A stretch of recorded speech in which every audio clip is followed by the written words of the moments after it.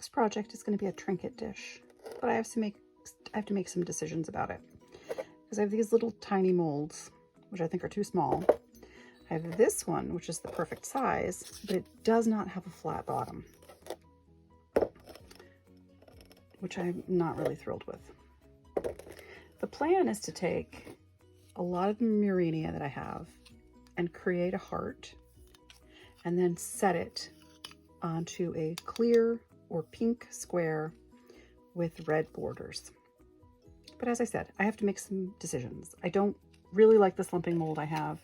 I am just about out of thin fire, and I really would prefer not to buy any more. So I have some decisions to make before I start, but that's the plan for Valentine's Day.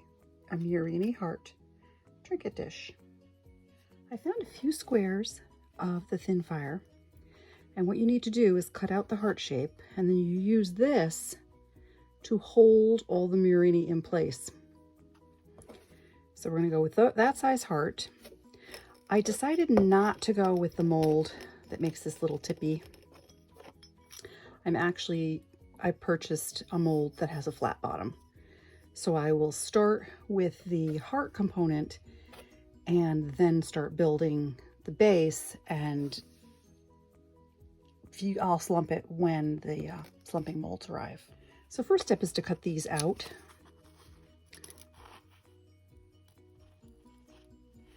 And then choose which murini I will fill the form with.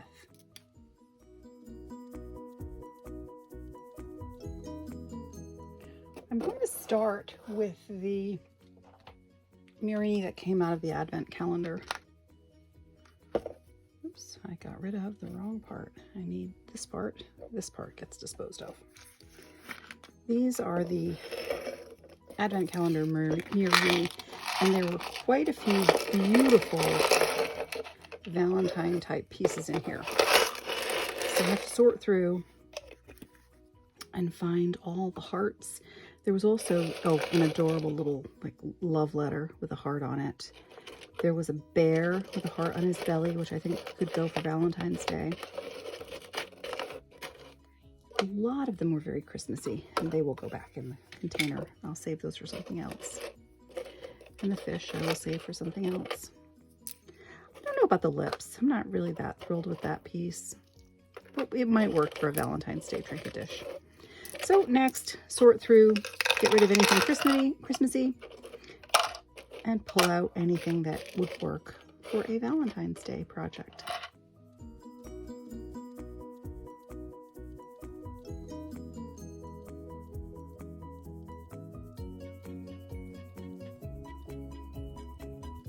I don't really have a lot in general, but particularly of things like these blue hearts, the yellow. So I don't know. The lavender, there's one. So I have to next decide what is my color scheme going to be and what additional pieces I'm going to mix with the hearts and then the roses. Once I've made all my choices, I'll start assembling them.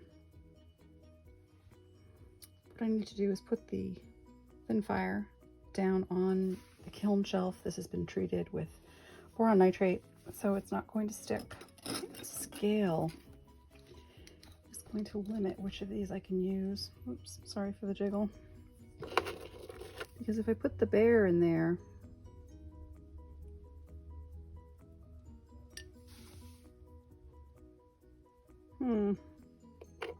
I could have one big focal piece.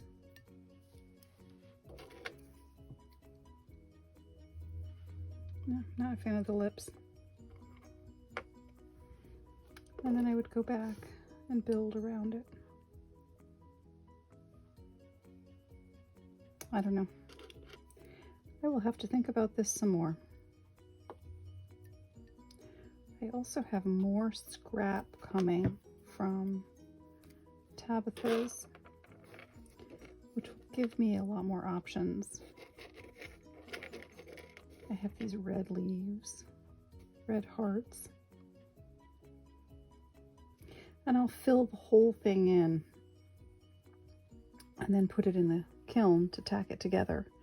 And then I'll take the heart and tack it to a base. I think these pieces are going to be too large for these delicate little hearts, so I'm just going to stick with flowers and leaves.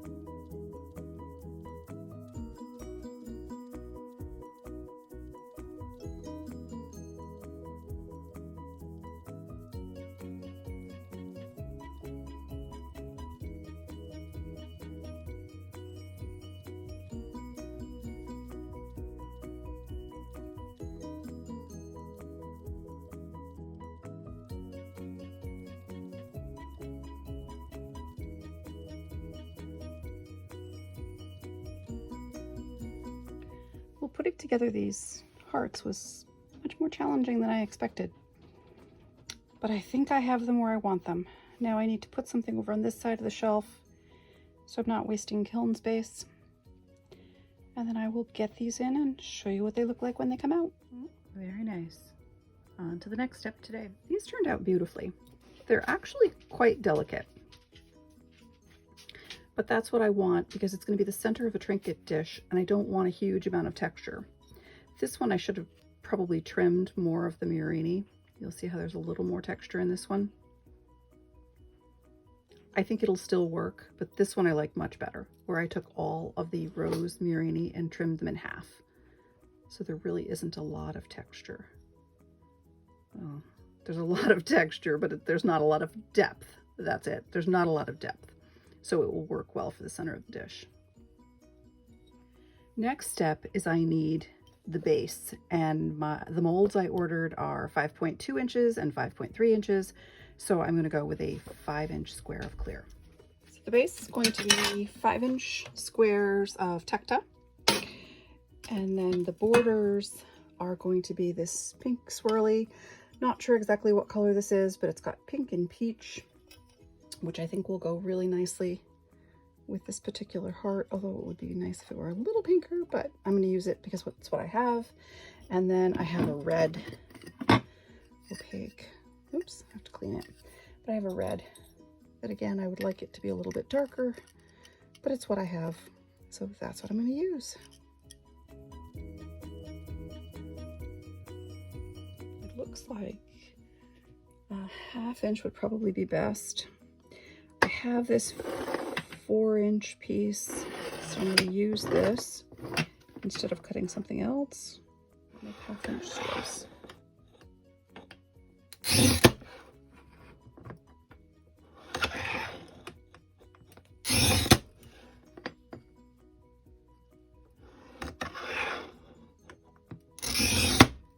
Oops, that's not a good score.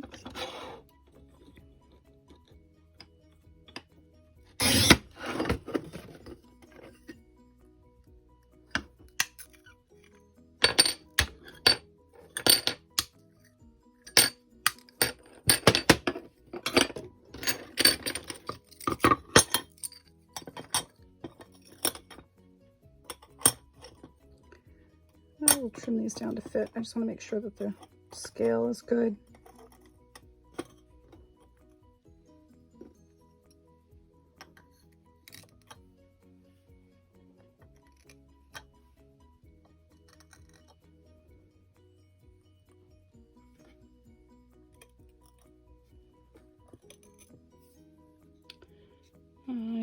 go for 1/4 inch instead. Let's see how that looks.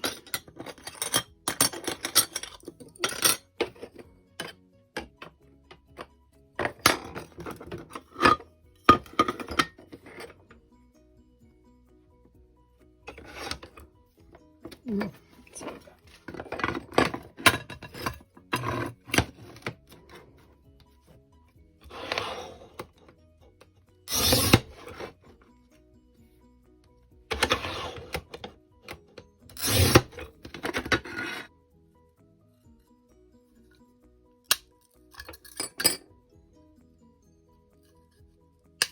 Oh, 1/4 inch is a little bit trickier to cut.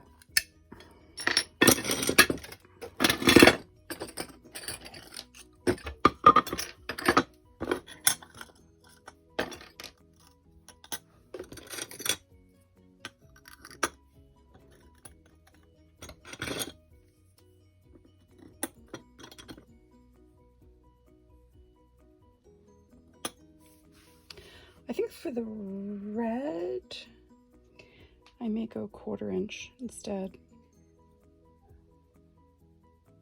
I think for both of them, I'm gonna go 1/4 inch instead.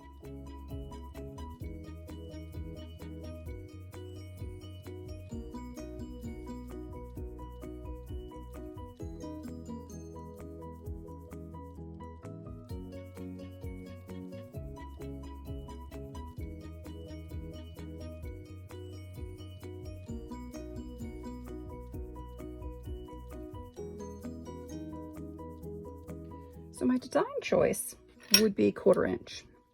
My ineptitude at cutting 1/4 inch strips today is going to bump it back to a 1/2 inch. Much easier to cut. So that would mean these are going to be a 1/2 inch from the edge. So these are going to be 4, and these are going to be 3.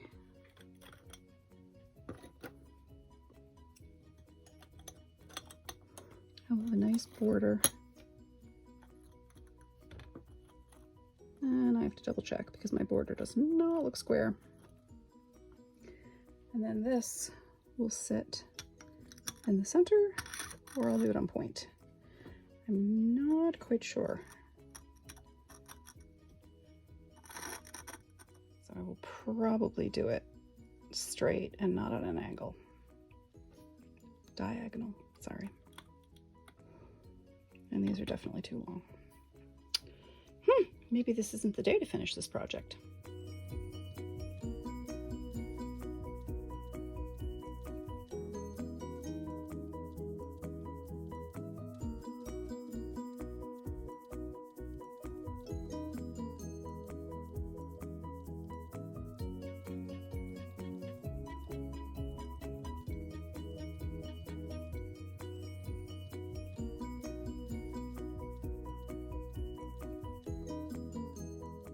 Even though I'm fighting with the glass today, I like the 1/4 inch better.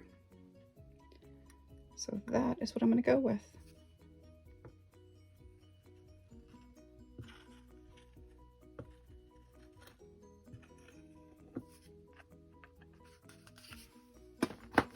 I'm also put that in too. And I definitely think I'm going to go square instead of on the diagonal.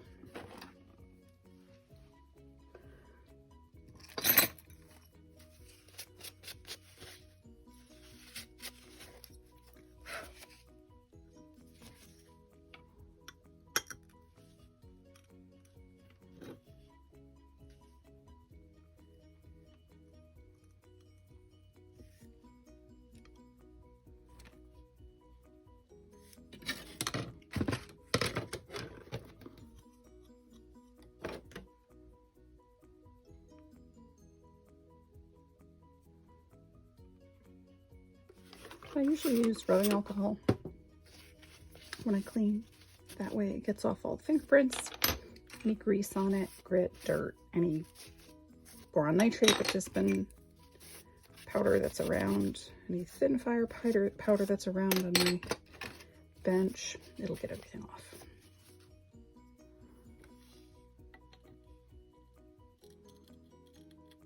I'm going to put it slightly inside the line.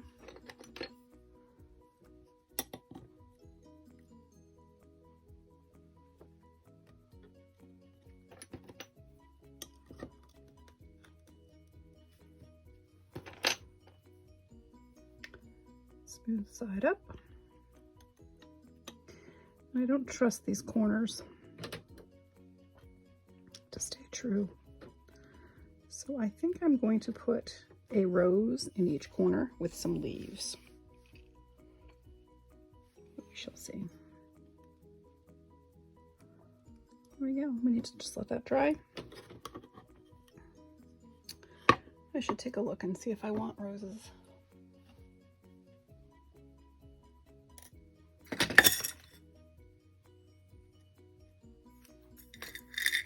It's not really that noticeable. If I put leaves, it will certainly stand out more. And we're definitely not going to do the leaves. Don't like that at all. I don't know. I probably won't do roses on the corner either. I think I'm going more for simplicity with these. So I would say that one is ready for the kiln. The red one is in the kiln firing. This one, I might use stringers instead of the strips because I was really struggling with the strips and I didn't like the peachy pink. So that's next. To see if I can come out with some type of patterned border. So I'm going to pull out my quilting ruler, put a different piece of black paper to make it a little bit easier to see, and try to come up with some type of patterned border with these stringers.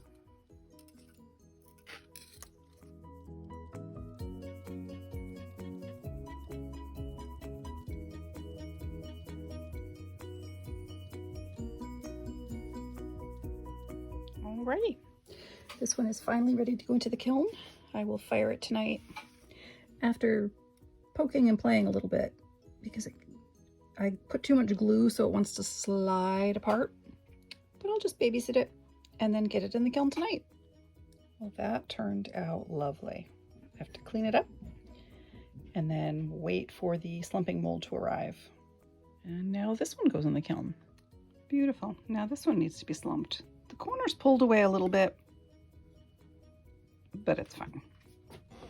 On this one, this white stringer slid, so that made the corners pop a little bit. I could possibly fix it. Maybe I should possibly fix it. I'm not going to. I'm going to slump it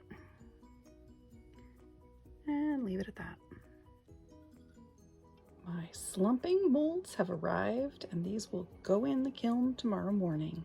The kiln is done and I'm hopeful but not confident. Buying molds online is challenging. You don't get to really look at them ahead of time. Oh, they worked. Fantastic. Here, let me get this kiln lit up without smashing it into the wall. Look at that. I was concerned that it was going to slide and it did not.